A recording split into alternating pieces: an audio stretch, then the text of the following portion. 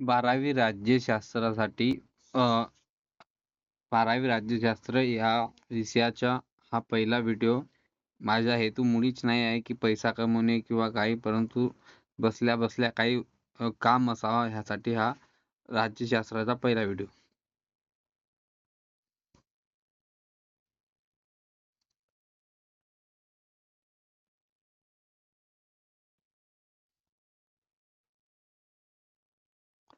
तर पहिल्या पाठाचं नाव आहे 1991 नंतरचे जग.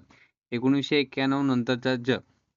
त्याच्यापैकी इत्यादी 11वी मध्ये आपण 1945 म्हणजे 1945 आणि 1991 दरम्यान आंतरराष्ट्रीय घडामोडी झाल्या त्यांचा अभ्यास केला. या प्रकरणात आपण 1991 नंतरच्या कालखंडाचा अभ्यास करणार आहोत. 1991 नंतरच्या कालखंडाचा आपण अभ्यास करणार आहोत.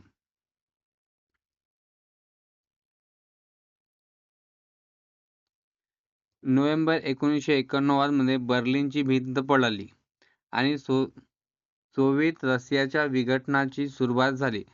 म्हणजे 1989च्या काळात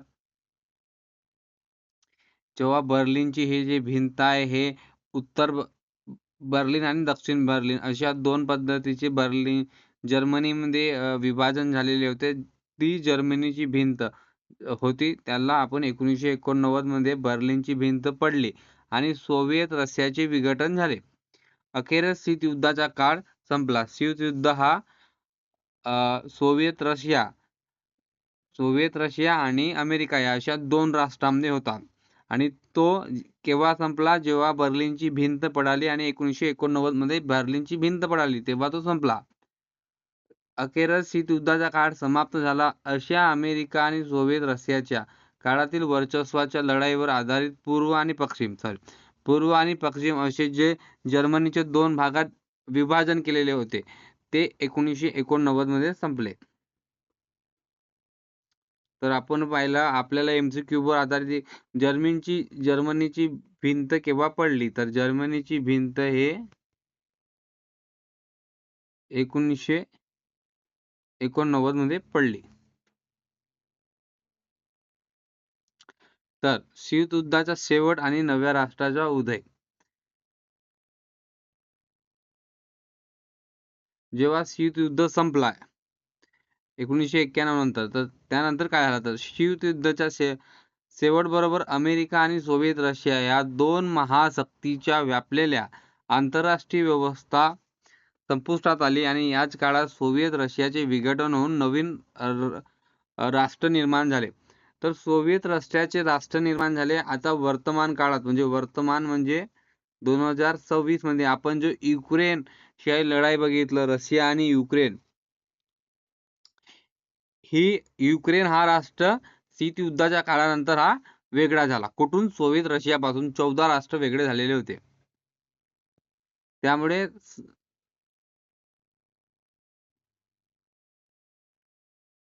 त्यामुळे शीतयुद्धाचा शेवट झाला आणि नव्या राष्ट्राचा उदय झाला. त्याही नव्या राष्ट्रापैकी फक्त कोणता एक राष्ट्र उदय झाला? Soviet Russia. सोव्हिएत रशिया ह्या राष्ट्राचे विघटन झाले.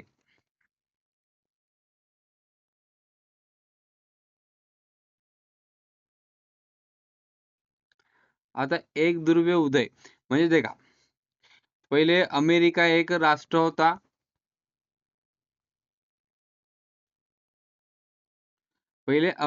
राष्ट्र होता. आणि सोव्हिएत रशिया असे दोन महाशक्ती होते. ह्या दोन महाशक्तीचा नाश केव्हा झाला? शीतयुद्धाच्या काळात. जेव्हा शीतयुद्धाचा ह्या झाला तेव्हा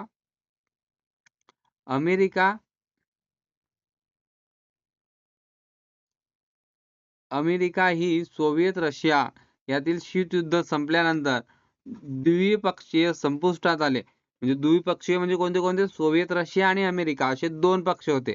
त्याच्यापैकी एक संपला शीतयुद्धाच्या काळात.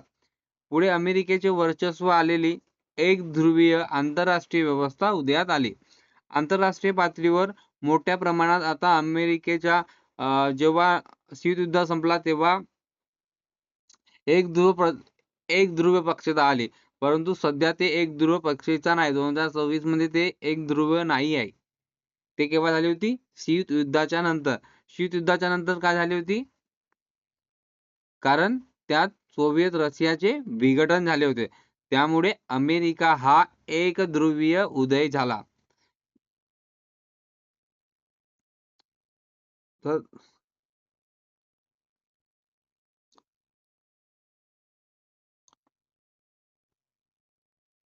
तिसरा मुद्दा काय झाला, तर मानवी हक्काच्या बाबतीत जागरूकता वाढ झाली आणि मानवतावादी दृष्टिकोनात झालेल्या हस्तक्षेपामुळे वाढ झाली. तर आपण बघितला अमेरिकेचे वर्चस्व झाले.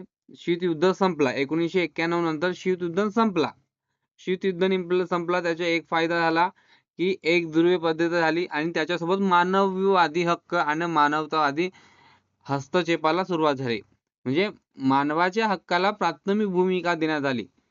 कारण की जेव्हा शीतयुद्ध झाले किंवा वर्ल्ड वॉर पहिला किंवा वर्ल्ड वॉर दुसरा आहे, ह्या काळामध्ये मानवाच्या दृष्टीला कोणताही महत्व नव्हता. ते संपुष्टात आले केव्हा सोव्हिएत रशिया आणि अमेरिका ह्या दोन राष्ट्राच्या नष्ट झाले, तेव्हा मानवी हक्क आणि मानवता आदी हस्तक्षेपाला याला विकास झाला.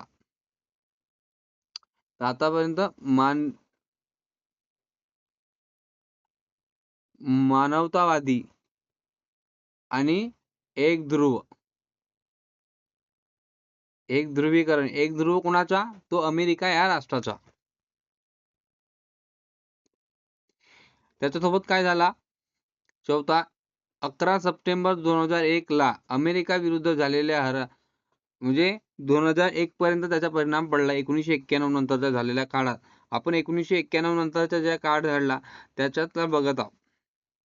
त्यामुळे अमेरिकात झालेल्या हल्ल्यानंतर 9/11 म्हणून ओळखला जाणारा हा दहशतवादी हल्ला आहे. तर दहशतवादी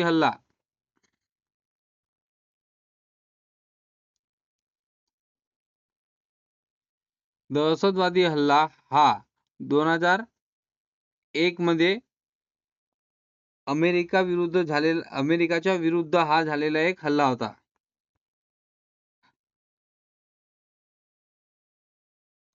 हा जो हल्ला आहे ह्या पद्धतीने हा विमान पाकिस्तानी दहशतवादी यांनी हा अमेरिकेचा विमान 9/11 हल्ला अमेरिका या राष्ट्रावर केले. तर सामान्य गोष्ट आहे, जेव्हा एक ध्रुवीय पद्धती होती, पहिले दोन होतं महासत्ता, एक अमेरिका आणि एक सोव्हिएत राष्ट्र, असे दोन महासत्ताक होते. परंतु जेव्हा हे संपुष्टात आले सोव्हिएत रशिया, तेव्हा बहुध्रुवीयता आणि प्रादेशिक वादाला निर्माण झाली. हे सामान्य गोष्ट आहे. आपण आज सुद्धा अमेरिकापाशी खूप साऱ्या गोष्टी आहेत, परंतु इतर राष्ट्रापाशी सुद्धा त्या प्रमाणात गोष्टी आहेत. जसा भारत हा एक विकसनशील राष्ट्र आहे, विकसित राष्ट्र नाही, परंतु भारत हा मोठ्या प्रमाणात अमेरिकेला विचार करण्यात किंवा त्याच्या काही गोष्टीला नाकारण्यात या करतो. तर बहुध्रुवीयता आणि प्रादेशिक वादाला सुरुवात झाली. चीन आणि भारत या राष्ट्राचा प्रभाव वाढला. चीन आणि भारत या राष्ट्राचा प्रभाव सुद्धा वर्तमान काळात वाढलेला आहे. परंतु आपण बघितलेला होता की मागच्या वेळेस अमेरिकाने आता म्हणजे 5-6 महिन्याच्या कालावधी अमेरिकेने ज्या पद्धतीने भारतावर टॅरिफ लावलेले होते, तेव्हा हा अमेरिकेचे वर्चस्व दाखवायचे होते, परंतु ते अमेरिकेचे वर्चस्व राहिले का? नाही. त्यात बहुध्रुवीयता आणि प्रादेशिक वादाला सुरुवात झाली. चीन आणि भारत या राष्ट्राचा म्हणजे विकास झाला. इंडो पॅसिफिक देशाचे प्रस्ताव वाढले आणि पुतीन यांच्या अध्यक्षतेखाली रशियाचा उदय झाला. ह्या घडामोडी बरोबर प्रादेशिक वादाचा विकास झाला. त्यामुळे बहुध्रुवीयता, जागतिक व्यवस्था अस्तित्वात आली आणि प्रादेशिक संस्था निर्माण झाल्या. तर बहुध्रुवीयता म्हणजे काय? पहिले हा अमेरिका होता, एक ध्रुवीयता, एक अमेरिका एकाच्या वर्चस्व होता. नंतर हा रशिया, म्हणजे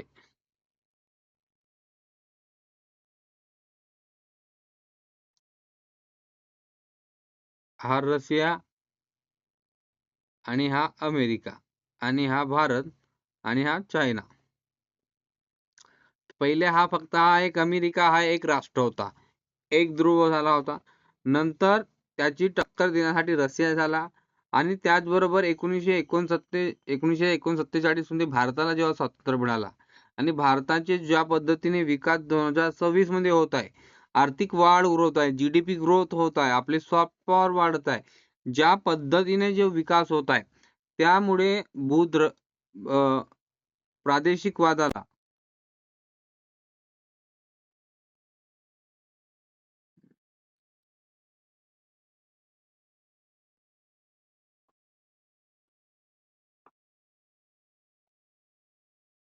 त्यामुळे प्रादेशिक वादाला बहुत मोठ्या प्रमाणात विकास झालेला आहे.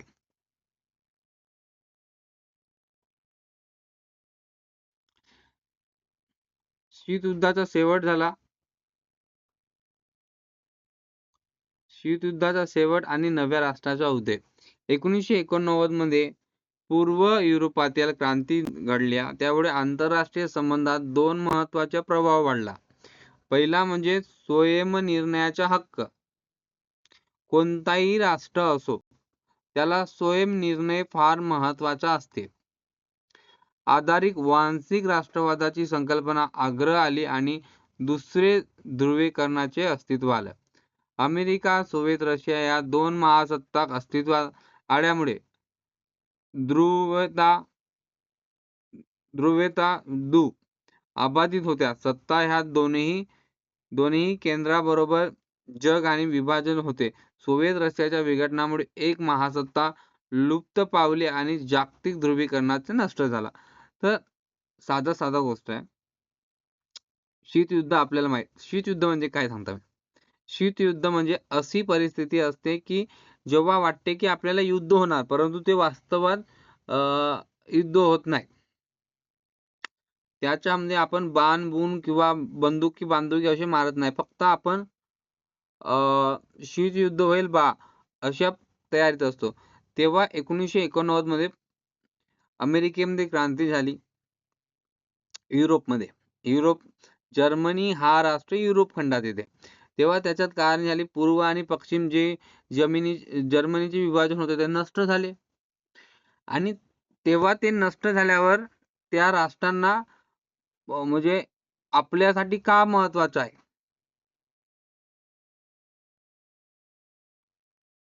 तर आपल्यासाठी महत्वाचा असते तो स्वयंनिर्णय घेणे. स्वयंनिर्णयाची भावना हे प्रत्येक राष्ट्राच्या मनात उत्पन्न झाली. पूर्व युरोपातील राज्यातील क्रांती हे देखील मध्यमवर्गीय वाढत्या अपेक्षेतून निर्माण झाली होती. अधिक स्वातंत्र्य आणि आर्थिक स्थिरता मिळावी, म्हणजे आर्थिक स्टेबिलिटी. कोणताही राष्ट्र असो त्याला आर्थिक स्टेबिलिटी फार महत्वाची असते. राष्ट्र असो किंवा तुम्ही सुद्धा, तुमच्यापाशी आर्थिक स्टेबिलिटी असेल तर तुम्ही कोणत्याही प्रकारचे कार्य करू शकता. आर्थिक धैर्य मिळाले आणि त्यांच्या इच्छा म्हणून सोव्हिएत रशिया हे साम्यवादी शासनाविरुद्ध त्यांनी उठाव केला आणि तेथील राजेशाही राज्य उदय आले आणि सोव्हिएत रशियाच्या अंतर्गत राजकीय आणि आर्थिक स्वातंत्र्याला मिळवण्यात देखील आले.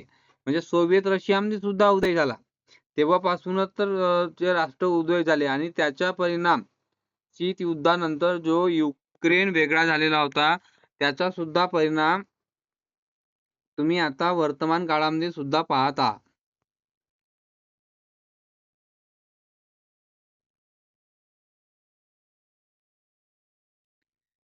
त्यामुळे वेगवेगळ्या राज्याच्या अधिक स्वायत्तता, म्हणजे वेगवेगळ्या राज्यांना वेगवेगळे अलग झाले. म्हणजे शीतयुद्ध 1991च्या काळात संपन्न झाला, परंतु भारत हा 1947 मध्ये स्वातंत्र्य झाला. ह्या ज्या काळामध्ये जेव्हा वर्ल्ड वॉर खतम झाला दुसरा, तेव्हा दोन राष्ट्र जागतिक पातळीवर झाले.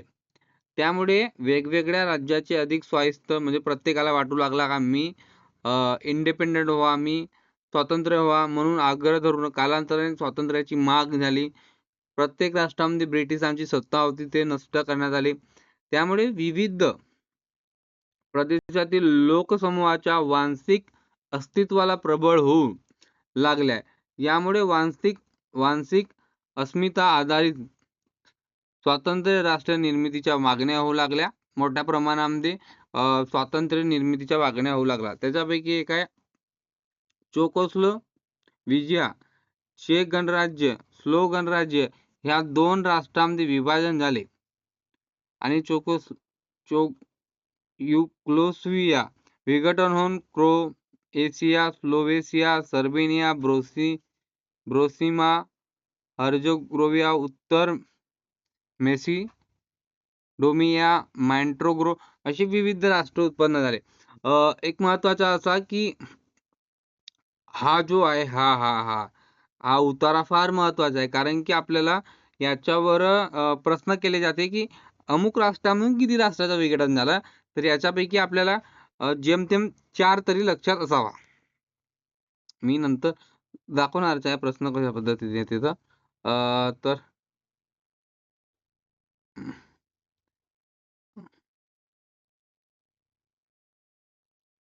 हा चेकोस्लोव्हाकिया,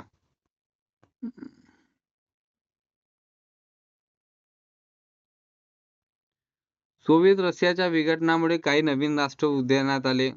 हा देखा बघा, युक्रेन, कझाकिस्तान, रशिया. सध्या रशिया आहे, परंतु तो आता जो आपल्याला रशिया दिसते हा तो शीत युद्धाच्या नंतर तयार झाला होता. वर्तमान काळात सुद्धा राज्यशास्त्र मुख्य म्हणजे इंटरेस्ट केव्हा येते, जेव्हा आपण वर्तमान काळात आणि इतिहासाच्या अशा दोन्ही काळाचा विचार करतो, तेव्हा आपल्याला राज्यशास्त्रामध्ये फार हे राहते.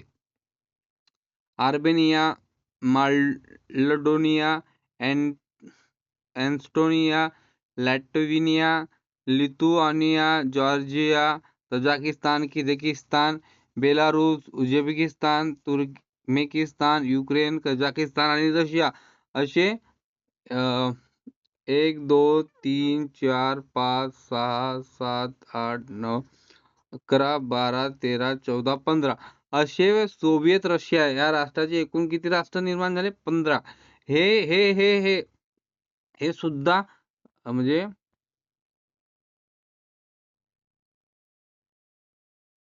हे फार सुद्धा महत्वाचे आहेत, कारण की याच्यावर सुद्धा आकृती असे म्हणजे सोव्हिएत रशियापासून विघटन झालेलं राष्ट्र अशा पद्धतीने आपल्याला ते प्रश्न करत असतात.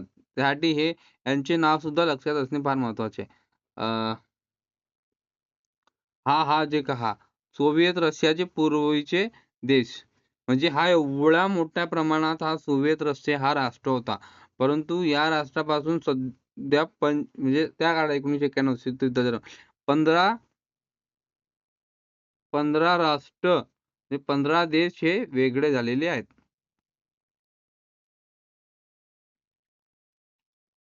दुसरा, सोय शासनाच्या हक्काच्या आधारित वांशिक राष्ट्राच्या अनुकरण नवे राष्ट्राची निर्मितीचा प्रवाह जगाच्या इतर भागात देखील दिसून आला. जसा का पूर्व तिमूर हा इंडोनेशियापासून, एरिस्ट्रिया हा सुद्धा इंडोनेशियापासून, दक्षिण सुदान हा उत्तर सुदान, त्याला उत्तर सुदान म्हणतात. तर अशा आपण जे पाहिलं आहे हे वांशिक आधारावर, हे कशाच्या आधारावर होते तर वांशिक. आणि सोव्हिएत रशिया ह्या राष्ट्राचे उदय कशावरून झाले तर तेव्हा शीत युद्ध संपला याच्या आधारानुसार. हे वांशिक आधारानुसार कोणते इंडोनेशिया पासून तिमूर, एरिस्ट्रिया आणि सुदान.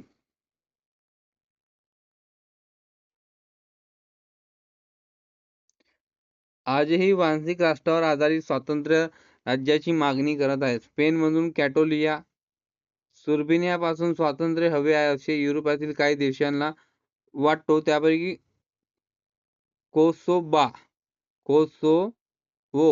कोसोवो हा देश सुद्धा स्वतःला वांशिक आधारावर स्वातंत्र्य मिळावे याची सुद्धा मागणी करते.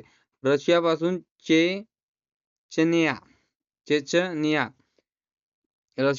चेचनिया आणि स्पेन पासून कॅटोलिनिया, सर्बिया पासून कोसोवो असे हे राष्ट्र सध्या सुद्धा वांशिक आधारावर स्वातंत्र्य होण्याची मागणी करत आहेत.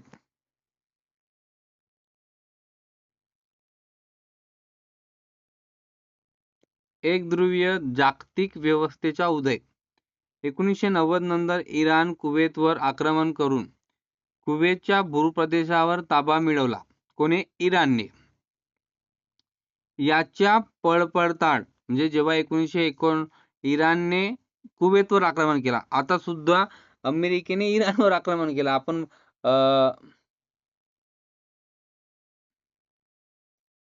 आपण सुद्धा पाहतोय की ज्या पद्धतीने आक्रमणाची वाढ होत आहे.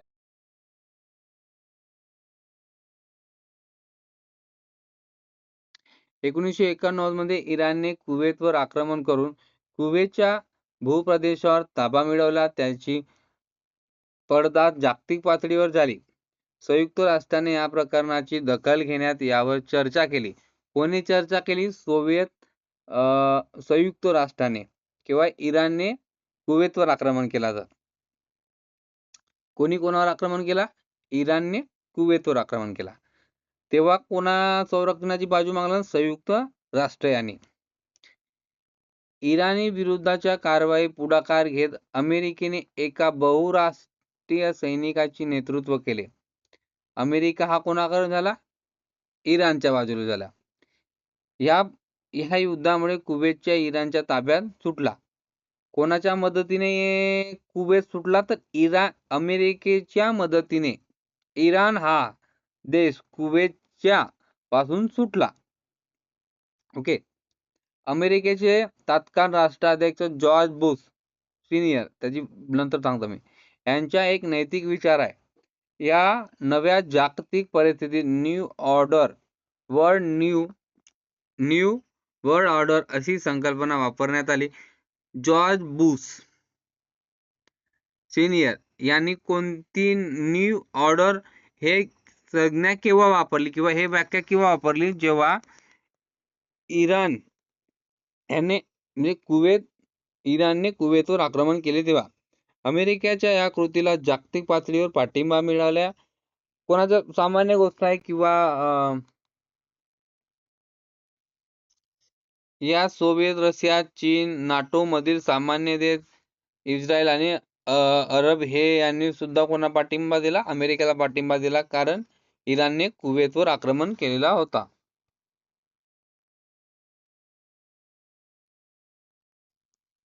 देशातील सौदी अरेबियामधील सामान्यता झाली. म्हणजे आता आपण कोणाची बाजू? आपण पहिले याच्यानंतर पाहिलं आपण कुवेतची साईड. कुवेत या देशाची आता आपण पाहतोय सौदी अरब. आता आपण पाहतोय सौदी अरब अंतर्गत समस्याची ग्रासलेले होते. सोव्हिएत रशियाचे विघटन 1991 मध्ये विघटन झाले. आपण पाहिलेले आहे की 15 राष्ट्र विघटन झालेले होते. अमेरिकेबरोबर फारसे वैचारिक आव्हान उरलेले नव्हते. कोणाचे? सोव्हिएत रशियाचे, कारण की ते वेगवेगळे झाले होते. कालांतराने नवीन जागतिक व्यवस्था निर्माण झाली. जॉर्ज बुश सिनियर यांनी न्यू वर्ल्ड ऑर्डर ही व्याख्या दिली. या संज्ञेचा अर्थ जागतिक सुरक्षेचा जाळून जागतिक पातळीवर अमेरिकेचे वर्चस्व मिळवणे आणि नेतृत्वाला सर्व मान्यता आहे असा घेण्यात आला. एकध्रुवीय जागतिक व्यवस्थेची ही पहिली अभिव्यक्ती होती. पहिली अभिव्यक्ती कोणती होती? अमेरिका हा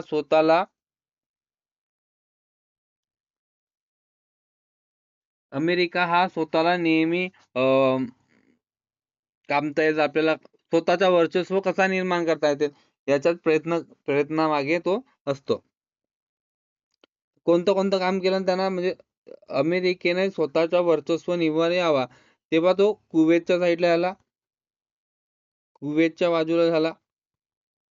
कुवेतच्या बाजूला झाला तर झाला सोव्हिएत रशिया सौदी अरेबच्या सुद्धा बाजूला झाला.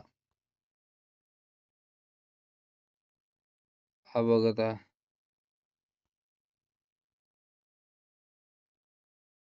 सोव्हिएत, हा कुवेत. इराणने कुवेतवर आक्रमण केला होता तेव्हा अमेरिका गेला. अमेरिका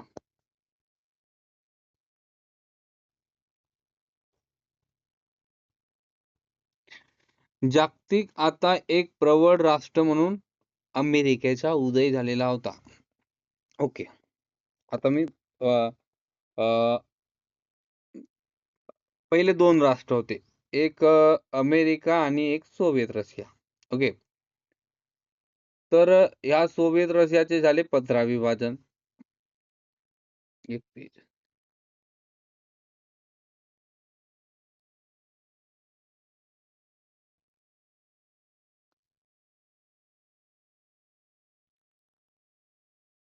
अमेरिका हा म्हणजे दोन राष्ट्र होते, एक सोव्हिएत रशिया आणि एक अमेरिका. सोव्हिएत रशिया हा साम्यवादी होता आणि आता सुद्धा रशिया हा साम्यवादी आहे. अमेरिका हा भांडवलशाही होता. दोन राष्ट्र होते. आता दोन दोन दोन राष्ट्र होते. त्याच्यापैकी अमेरिका हा स्वतःला प्रबळ करण्यात सुरुवात केली. कोणत्या कोणत्या पद्धतीने? कुवेतच्या साईडला गेला, सौदी अरेबच्या साईडला गेला. अशा राष्ट्र प्रस्तावित झाला. अमेरिकेच्या या वर्चस्वाला राजकीय आणि आर्थिक आयाम मिळाले. राजकीयदृष्ट्या पूर्व रशियाचे अनेक पूर्वश्रमी साम्यवादी राष्ट्रातील अमेरिका ची उदारवादी लोकशाही तत्व आधारली देतात. साम्यवाद हा रशियात होता. अमेरिकेत उदारवाद म्हणजे भांडवलशाहीच्या आधारित तत्वांच्या आधारित शासन प्रणाली स्वीकारली. सुशासनाच्या संकल्पनेत सुद्धा लोकशाहीची जोडणा केली. सध्या लोकशाही बघतच आहोत डोनाल्ड ट्रम्प यांची. आर्थिक क्षेत्रात देखील बऱ्याच देशांनी साम्यवादाच्या अर्थव्यवस्थेचा त्याग केला. समाजवादाची अर्थव्यवस्था ही रशिया, सोव्हिएत रशिया या राष्ट्राची होती आणि आता सुद्धा आहे.